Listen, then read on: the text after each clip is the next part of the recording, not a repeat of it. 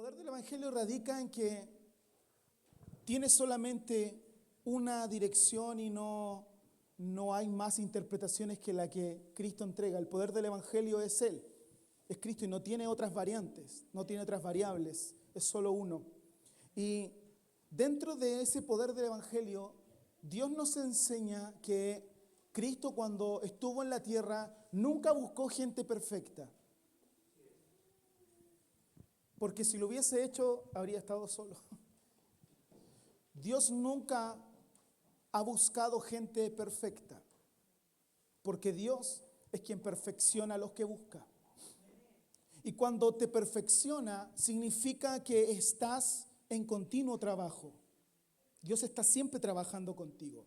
El Señor te capacita constantemente porque a Él no le interesa que llegues rápido.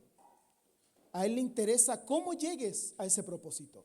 No rápido, y todos hemos pasado por interludios en nuestra vida, momentos flacos donde no queremos que nadie nos hable, donde somos verdaderos ogros como cristianos, y momentos altos donde podemos apoyar a los que están más débiles. Y a todos nos permite pasar esos procesos porque a Él no le interesa que llegues rápido a tu propósito, sino que a Él le interesa cómo llegues a Él. Es un proceso de desarrollo y hay muchos que no aguantan ese proceso. Fallarle a Dios, aunque suene carnal para algunos decirlo, fallarle a Dios es parte de ese proceso, parte de la vida. Parte de cómo Dios quiere tratarnos, trabajar en nosotros. Y en la Escritura encontramos múltiples casos de llamamientos hechos por Jesucristo. Y es notable darnos cuenta que a quienes llamó como discípulos no eran precisamente la élite de la época. Jesús no fue a buscar, aunque pareciese lo más adecuado para las mentes religiosas del tiempo, a los fariseos, a los escribas, que eran los escritores de la ley. Ellos se preocupaban de transcribir los manuscritos, los escribas. Los fariseos eran los doctores de la ley, los que interpretaban la ley, los que le entregaban la ley al pueblo. Jesús no fue tras ellos, aunque pareciese lo más adecuado para alguien que viene a predicar al mundo, a traer un mensaje del Evangelio al mundo. Pareciera lo más adecuado, pero Jesús no vino a ellos, Jesús no vino a la élite de la época. Lucas capítulo 6, verso 12 nos relata que por aquel tiempo se fue Jesús a la montaña a orar y pasó toda la noche en oración. Y al llegar la mañana, llamó a sus discípulos y escogió a 12 de ellos. Entonces cuando llama a los discípulos, no llamó a los 12, sino a una multitud. Y de la multitud extrajo 12 para el apostolado. A los que nombró apóstoles, dice, a quienes llamó fue a Simón, a quien llamó Pedro, su hermano Andrés, Jacobo, Juan, Felipe, Bartolomé, Mateo, Tomás, Jacobo, hijo de Alfeo, Simón, al que llamaban el Celote, Judas, hijo de Jacobo, Judas Iscariote, que llegó a ser el traidor. Esos fueron los 12 discípulos que separó Cristo para el apostolado. ¿Quiénes serán estos hombres? Si mencionamos solo algunos, Mateo, que muchos de ustedes han visto Chosen y saben quién fue Mateo, porque lo explica de manera magistral, pero resumidamente Mateo fue un cobrador de impuestos, uno de los hombres más despreciados de la sociedad, nadie los quería. ¿Alguien quiere a los que los llaman de cobranza por teléfono? Yo tengo una aplicación que tal vez usted también la tiene, que se llama Truecaller, que a usted lo llaman y le muestra, es como una red social donde le muestra quién lo está llamando. Y salen nombres que la gente les da. Y usted ahí puede bloquear al tiro, si es que le pasa eso. Yo tengo por ahí algunos que me llaman. No salgo de eso, estoy en la sociedad y también tengo deudas.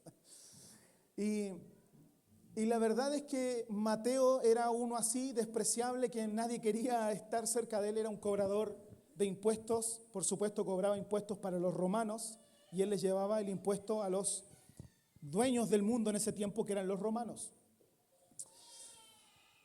Andrés, Juan, Pedro eran pescadores. no eran grandes hombres letrados, eran pescadores. Judas Tadeo, que no es el traidor Iscariote, Judas Tadeo era un hombre de carácter intenso, un hombre de carácter violento, según cuentan los historiadores. Felipe, según cuentan también los historiadores, que algunos están de acuerdo en que puede haber sido el Felipe diácono post-evangelista, algunos creen que no, que es otro Felipe. Bueno, eso da lo mismo. Felipe fue considerado por los historiadores como un pesimista, por su forma de ser. Simón el celote fue un nacionalista fanático, era celote, era una secta del tiempo de Cristo, desde ahí sale este Simón el celote. Y Jesucristo, curiosamente, se provee de hombres comunes y corrientes, pero que tenían algo en común. Eran comunes y corrientes, eran gente normal, muchos gente despreciada y no buscada por la sociedad, pero eran gente común y corriente que sí tenían algo en común. Y es que cuando Jesús les hizo el llamado, sígueme, porque ese es el llamado de Jesús, sígueme, ellos dicen que dejándolo todo, lo siguieron, y esto por una gran razón, y es que eran gente que estaban dispuestas. Diga conmigo, dispuestas. Así es que Jesús llama a personas comunes y corrientes como usted y como yo a ser sus discípulos. Por eso no entiendo a las personas que dicen yo no voy a la iglesia porque tengo todos estos errores. Hace poco hablé con uno que les conté el de los canoli, ¿se acuerdan? Para eso en la iglesia le dije, es que ¿cómo voy a ir a la iglesia? Estoy lleno de errores, está lleno de hipócritas. Hay espacio para uno más, dijo por ahí antes. Para eso es la iglesia, un hospital para gente enferma. No somos un museo de gente perfecta. Y Jesús, el Cristo, llamó a personas comunes y corrientes como usted y como yo a ser sus discípulos. Y este llamado no depende del mérito humano, no depende de la cultura, no depende de la personalidad, no depende de nuestro esfuerzo o de nuestros logros. Es un regalo de Dios, una invitación universal e incondicional que solamente busca corazones dispuestos a trabajar en su gran obra. Dispuesto es una palabra que tiene como significado preparar o preparado. Y desde el original significa algo que ha sido ya preparado. Eso es alguien dispuesto. Y uno de los casos más emblemáticos de gente que le creyó a Dios, sencillamente porque se dispusieron a creerle, fue el de Noé. ¿Cuántos conocen la historia de Noé? Noé, o para los que no han leído la Biblia y lo han visto en la película, Noé fue llamado por Dios a construir un arca, y llama mi atención el tiempo que podemos estudiar para entender que le tomó a Noé construir esa arca. ¿Cuánto tiempo tardó Noé en construir esa arca? Bien, la Biblia no dice específicamente cuánto tiempo tardó Noé en construir el arca. Cuando se menciona en Génesis capítulo 5, verso 32, que Noé es contactado por Dios, dice la Escritura claramente que en ese periodo de tiempo Noé tenía 500 años. Cuando entra en el arca, Noé entra con 600 años. Así que el tiempo necesario para construir el arca iba a depender del tiempo que había pasado entre Génesis 5:32, donde dice que él tenía 500 años, y el tiempo en que Dios le ordena construir, que está en capítulo 6, verso 14 en adelante del Génesis. Como máximo, así, a simple vista, tardó 100 años. Hay una nota intrigante en Génesis 6:3 que dice, mi espíritu, dice Dios, no permanecerá en el ser humano para siempre, porque no es más que un simple mortal, por eso vivirá solamente 120 años. Esta escritura es controversial cuando se estudia, porque Muchos ven esto como la cantidad de tiempo desde la predicción de juicio de Dios hasta el diluvio. Desde que Dios predice juicio hasta el diluvio, algunos dicen, ahí están los 120 años. Otros consideran y lo ven como la cantidad de tiempo que Dios le va a permitir vivir a los seres humanos. El problema radica en que Noé vivió más años. Por lo tanto, no se cumplió. Y otros dicen o sugieren que el tercer punto de vista sugiere que el diluvio iba a tener lugar dentro de 120 años. Y por eso Dios le iba a permitir al humano vivir 120 años, porque iba a venir el diluvio 120 años más. Esas son las tres ideas que hay de interpretación de este texto. Dicho esto, con base en otras fechas mencionadas en la cronología del diluvio, pareciese ser que esta tercera opción es como la interpretación más precisa, de que desde el periodo en que se predice el diluvio iban a pasar 120 años en que el hombre iba a poder vivir en la tierra y luego iba a perecer a causa del diluvio. Dicho esto, Noé comenzó a tener hijos a esa edad de 500 años y el diluvio se produjo cuando él tenía 600. Si su hijo menor nació pocos años después del primer hijo de Noé y creció lo suficiente como para casarse, según Génesis 6:18, Noé ya tendría una edad aproximada de 520 años, que era la edad aproximada cuando nace un hijo para casarse, 18 o 20 años en esa época. Así que tal vez algunos proponen que Noé tuviese unos 520 años cuando empezó a construir el arca, cuando recibió la instrucción de Dios. Esto deja un máximo de 80 años para la construcción del arca, así que algunos proponen que entre 50 y 80 años fue el tiempo que Noé se demoró en construir el arca. ¿Por qué le digo todo esto que pareciera que no tiene sentido? ¿Para que tenga información? No. Noé lo primero que escucha de parte de Dios es: Noé, constrúyeme un arca, ¿cierto? Le entrega las instrucciones y le dice: constrúyeme un arca. Y después de 100 años aproximadamente, vuelve a escuchar la voz de Dios decirle: entra en el arca con tu familia, porque eres el único justo que he hallado en esta generación. Así es que notablemente Noé estuvo dispuesto a creerle a Dios y a trabajar por él, aún sin escuchar su voz, durante 100 años, donde lo trataron de loco. ¿Qué estás haciendo? Si no existe lluvia, eso no existe, menos un diluvio. Nunca ha existido. ¿Cómo va a suceder? Lo único que se conocía, según Génesis 1, es un rocío que rociaba la tierra.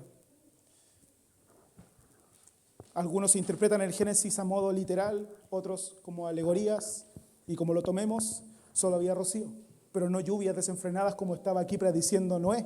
Por lo tanto, era un verdadero loco para su época, predicando algo que seguramente no iba a pasar. Y estuvo 100 años sin que Dios le dijera: dale, Noé, tú puedes, Noé, vuelve a clavar otro clavo, está bien puesta esa tabla.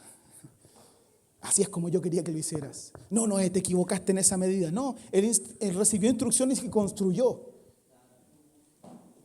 Génesis 6 finaliza diciendo que Noé hizo todo según lo que Dios le había mandado. Frecuentemente Dios usa a personas que no parecen tener capacidad alguna, pero conforme esas personas se disponen, Él las transforma en vasos capaces por su espíritu. Generalmente Dios toma gente que no parece tener capacidades y las usa y las transforma en vasos útiles, como su espíritu quiere transformarlos para usarles. Así es que Noé vivió 100 años sin escuchar a Dios, pero estuvo dispuesto a hacer todo lo que Dios le ordenó. Dispuesto es un adjetivo que significa preparado para ser utilizado. También, si lo explicamos en un lenguaje más sencillo, dispuesto es hacer las cosas con ganas y de buena gana. Vaya a hacer la cama. Ya, y la va a ver y la moneda no rebota, como en el servicio militar, ¿cierto? No rebota, no sirve. Vaya a barrer. Dispuesto es hacer las cosas con ganas y de buena gana. Si usted las hace rezongando, no es alguien dispuesto. Es decir, que nuestras intenciones nuestra voluntad, nuestro deseo, nuestra actitud de hacer algo deben estar enfocadas a ser efectuadas positivamente. Y eso que Pablo termina diciéndole a la iglesia de Corinto en el capítulo 16 de Primera de Corintios, verso 14, hagan todo con amor. Porque cuando amamos, hacemos las cosas de buena gana, con deseo. Nuestra mente, nuestra boca y nuestras acciones deben estar perfectamente coordinadas. Cuando Noé escuchó las órdenes de Dios, se puso a trabajar de inmediato. Cuando Samuel escuchó la voz de Dios siendo pequeño, respondió: habla, que tu siervo escucha. Pero al día siguiente se levantó y empezó a tomar acción sobre su llamado. Cuando Isaías el profeta se encuentra frente al trono de Dios, no duda ni un minuto en decirle: heme aquí, envíame a mí. Y se ajusta los zapatos para salir a trabajar en lo que se le ha ordenado. Hay un hermoso ejemplo, y quiero que la Arita me ayude con una foto. Hay un hermoso ejemplo de una mujer que, no teniendo ni los recursos ni el apoyo de mucha gente, llegó a resaltar de una manera súper inusual. ¿Se ve, cierto? ¿Se puede agrandar más o no? ¿O estoy pidiendo mucho?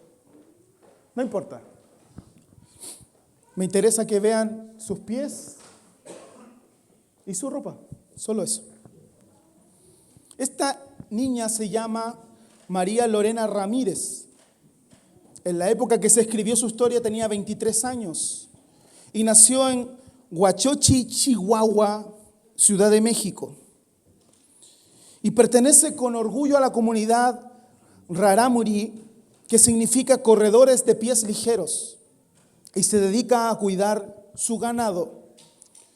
Diariamente, María Lorena camina aproximadamente entre 10 y 15 kilómetros diarios cuando sale a pastorear sus ovejas, sus chivas, a recoger agua y a comprar comida para su familia.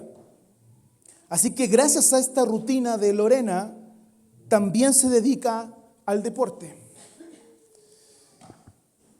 Ella se dedica a las competencias y se presenta con el mismo atuendo con el que ustedes la están viendo ahí. Se presenta con ese mismo atuendo con el que se acostumbra a trotar en las barrancas de Huachochi, un vestido tradicional que ella misma borda, y guaraches, que son esas chalas que están fabricadas con suelas de llanta.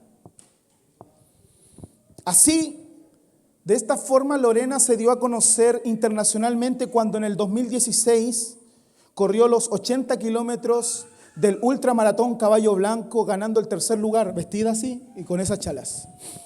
Ese mismo año ganó el primer lugar de los 50 kilómetros de Tlatlaulquitepec, lo que le valió una invitación a participar en el Tenerife Blue Trail en España. En su primer intento, Lorena tuvo que abandonar la competencia en el kilómetro 55 por un fuerte dolor en su rodilla, que es lógico por el tipo de zapato que utiliza. Pero eso no detuvo sus deseos de conquistar la meta y se recuperó de la lesión y continuó preparándose con disciplina y volvió a ganar el ultramaratón de Tlatlaulquitepec. Y en abril del 2018 regresó para correr de nuevo en Tenerife y esta vez conquistó el tercer lugar en su categoría y el quinto mejor tiempo femenino en el evento. Esta historia de María Lorena que les comento nos recuerda que no es necesario tener equipos costosos o aplicaciones de moda para conquistar nuestros objetivos. Por supuesto que ayudan, pero no son indispensables. Lo que sí es necesario es tener un objetivo claro, trabajar con disciplina, ser perseverantes y tener mucho, pero mucho corazón dispuesto. Con esos ingredientes ya llevamos la mitad de la carrera ganada. No necesitamos tener cosas para hacer cosas. Muchos están esperando a tener un buen carro para ir a evangelizar a lugares más alejados. Otros, como ella, deciden trotar para llegar. No necesitas tener cosas para hacer cosas. Por eso me encanta cuando hermanos, y no me gusta remontarme al pasado porque ya pasó, pero lo recuerdo en mi época, hermanos, con lluvias torrenciales, llegaban empapados a los cultos, en micro, y uno dice, oh, el sacrificio por el Señor no es necesario porque el Señor no ama igual, sí, pero Dios mira nuestras obras porque estamos viviendo como Cristo. No te vas a hacer más salvo por lo que estás haciendo, pero mira lo que haces. Y muchos creen necesitar cosas para hacer cosas. Si tuviera esto, haría esto. Y hay un libro del pastor Elías Limones donde él habla de hacer lo que puedes con lo que tienes y en dónde estás. Lógicamente esa frase no es de él, pero la acuñó para un libro en la cual dice, hagamos lo que podemos con lo que tenemos y en dónde estamos. Muchos dicen, si yo tuviera esto, si yo aprendiera esto, si yo supiera esto, si las cosas se solucionaran, si todo funcionara como yo considero que debe funcionar, entonces me voy a poner en disposición de Dios. Y Dios solo está esperando al llamado de su voz de amor, que gente dispuesta diga, Señor, heme aquí, úsame. Es que cuando aprenda más, es que cuando sepa más de la Biblia, es que cuando me nombren en algún cargo de liderazgo que me dé el porte para hacer y me respeten, hermano, olvídate de eso. Dios está diciendo, eso te hace perder mucho tiempo valioso. Y estamos en un tiempo donde las cosas se han acelerado y Dios ha acelerado también los tiempos. Por lo tanto, no puedes estar esperando a que te nombren algo para hacer algo. No puedes estar esperando a ser alguien reconocido para hacer algo por Dios. Dios está esperando gente que sencillamente diga, Señor, heme aquí. No soy el mejor, no tengo las mejores capacidades, pero estoy dispuesto. Y lamentablemente las iglesias se están llenando de gente que tiene enormes capacidades, aptitudes increíbles, pero la actitud incorrecta. Porque puedes tener regias aptitudes, pero la actitud incorrecta. Y las iglesias se están llenando de gente con actitud incorrecta. Si nos miramos y somos honestos, Dios nos ha dotado a todos de grandes talentos. Muchos de ustedes han logrado capacitarse y perfeccionarse en distintas áreas, pero ¿qué hemos hecho con ello? Tenemos grandes capacidades, pero no tenemos disposición de corazón. Y créame esto, Dios prefiere hacerse de una sola persona, tal vez la más incapaz del mundo, objetivo de burlas por parte de los demás, porque se sienten más aptos que ellos, gente menospreciada por su entorno, gente por las cuales muchos no darían nada, pero gente que en las manos de Dios pueden ser vasos útiles. A esos Dios busca.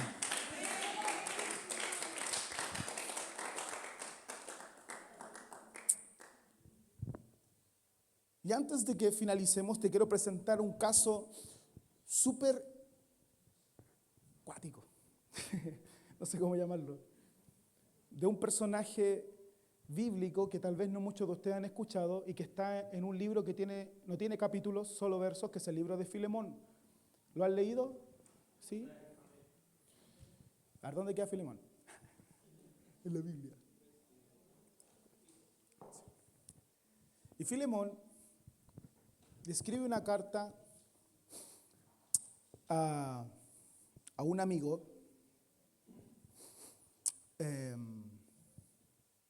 ¿cómo se llama el amigo de Filemón? No, el que estaba a cargo de la iglesia.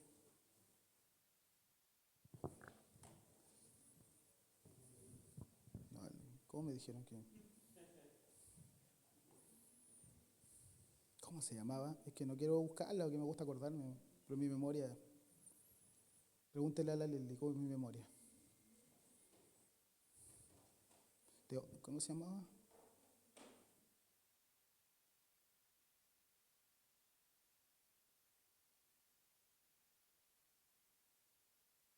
Ya, que yo me había enredado. Y estoy mencionando que Filemón le escribió a Náquer. Filemón, en su tiempo, siendo líder de la iglesia, tuvo un hombre que fue su siervo o esclavo. Y ese hombre es quien mencionaba el pastor Onésimo. Y ese hombre cuenta la historia que se escapa de donde Filemón. Y Pablo, junto con Timoteo, escriben a Filemón y le dicen que ahora este hombre está preparado. Leamos.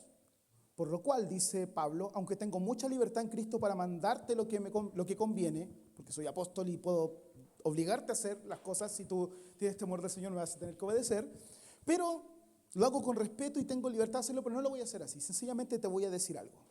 Dice, más bien te ruego por amor, siendo como soy, Pablo ya anciano y ahora además prisionero de Jesucristo, te ruego por mi hijo Onésimo, dice Pablo, mencionando a este hombre del que le estamos hablando, Onésimo, te ruego por él como mi hijo, quien engendré en mis prisiones.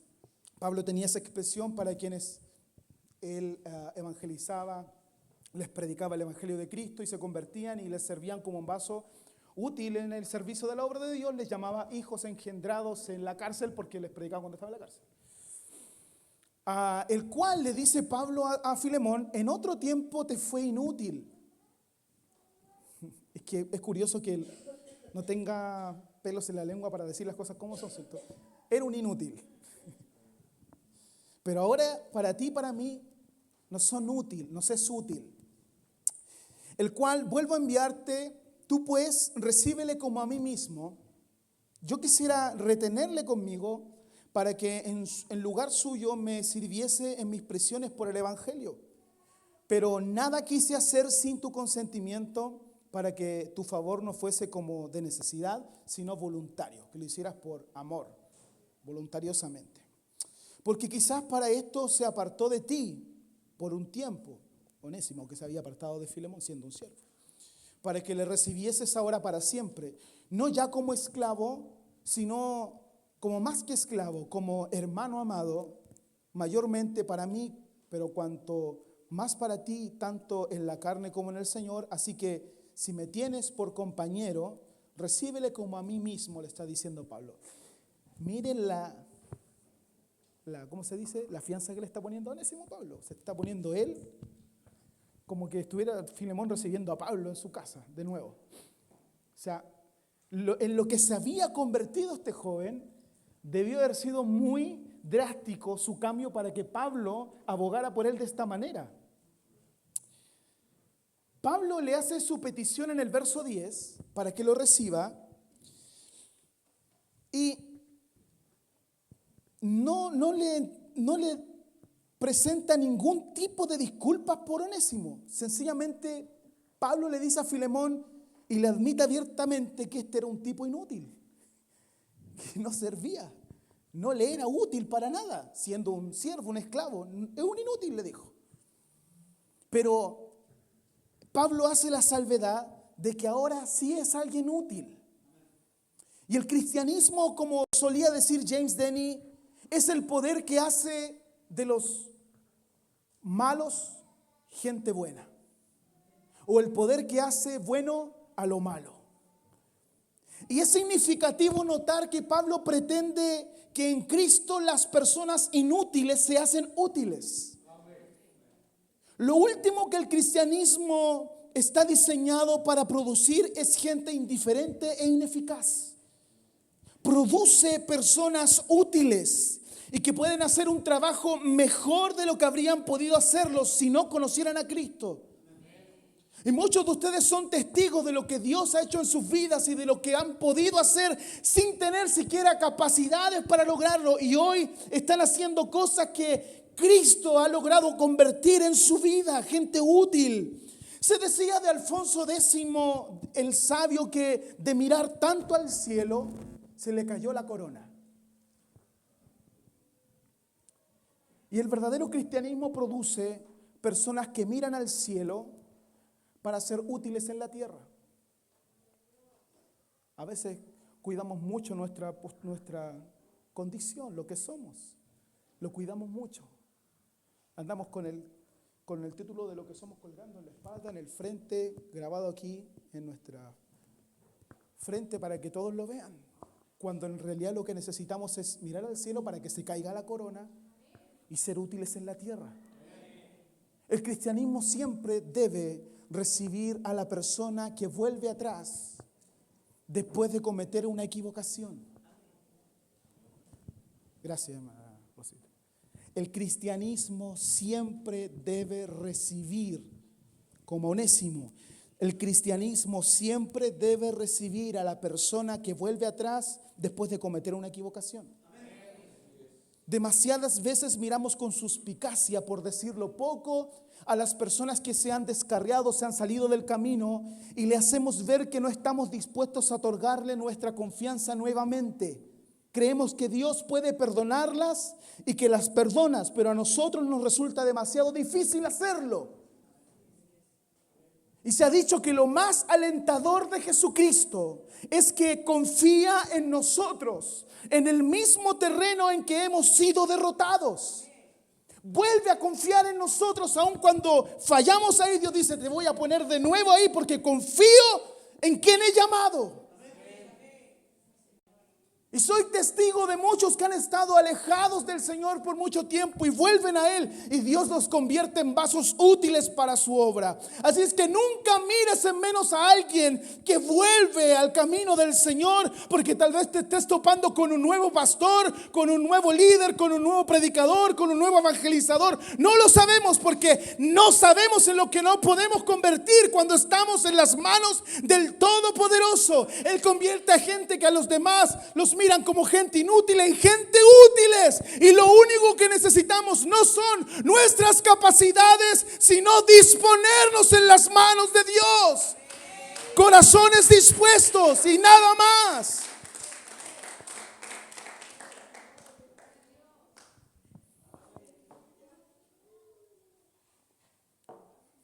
A lo mejor le va a dar vergüenza, pero hace un domingo, 2 domingos atrás, se acercó a hablar conmigo la Kaimi, no ella, la Ari.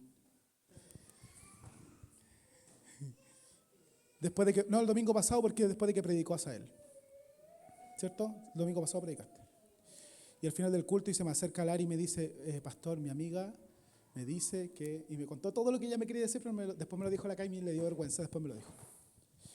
Me dice: la palabra tocó tanto mi corazón. Ella se ha congregado en otros lugares y dijo: quiero empezar a congregarme acá porque la palabra del Señor tocó tanto mi corazón que quiero ser una sierva útil para el Señor, quiero hacer cosas por Él, quiero servir al Señor con lo que yo sé. Me dijo: yo sé que él ahora se va, él es músico, y yo sé tocar guitarra, bajo y piano, así que es lo que me quiero usar, estoy dispuesta. Imagínense lo que Dios puede hacer con una palabra. Él no necesita grandes capacidades.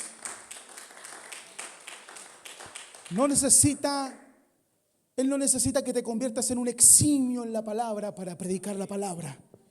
Solo quiere que te dispongas, porque hay muy poca gente dispuesta. Y yo, antes de convertirme en alguien muy sabio, muy capaz, muy inteligente, que me va a volver arrogante y voy a mirar a los demás con desprecio, prefiero mirar al Señor y decirle: Padre, pon disposición en mi corazón. Y finalizo. Leímos 2 de Timoteo 2, 20, 21, donde Pablo escribe: pero en una casa grande, hasta si me acompaña, pero en una casa grande no solamente hay utensilios de oro y de plata, sino también de madera y de barro. ¿Habrá alguien aquí de barro? Gloria a Dios. No me interesa. Solamente agradezco por ser de barro, porque eso significa que el maestro me puede moldear. Y dice: unos son para un tipo de utilidad, ¿cierto? Usos honrosos porque son de oro, brillan. Y otros para usos más viles porque son más baratos, ¿cierto? Más económicos.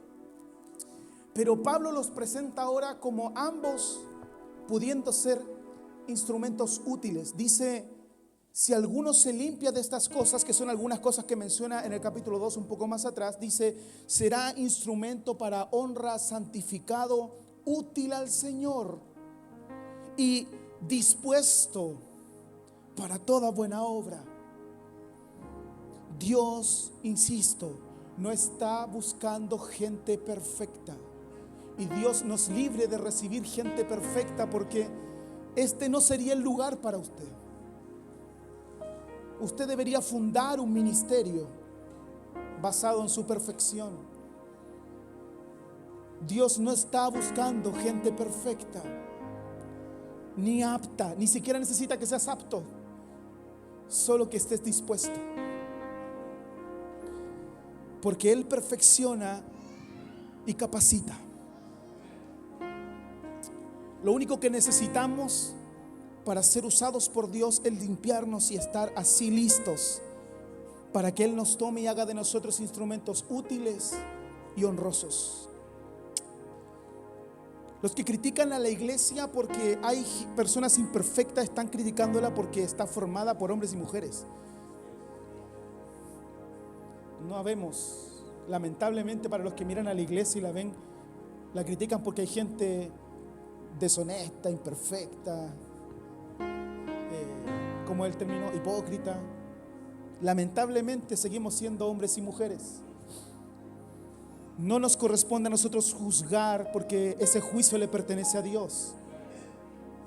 Pero es el deber de todo cristiano el mantenerse fuera del alcance de las influencias que lo contaminan. Y si lo haces, tu recompensa no es un honor o un privilegio especial. Tu recompensa es un servicio especial en la casa de Dios. Así que tenemos aquí la verdadera esencia de la fe cristiana. Un hombre realmente bueno no considera que su bondad le da derecho a un honor especial.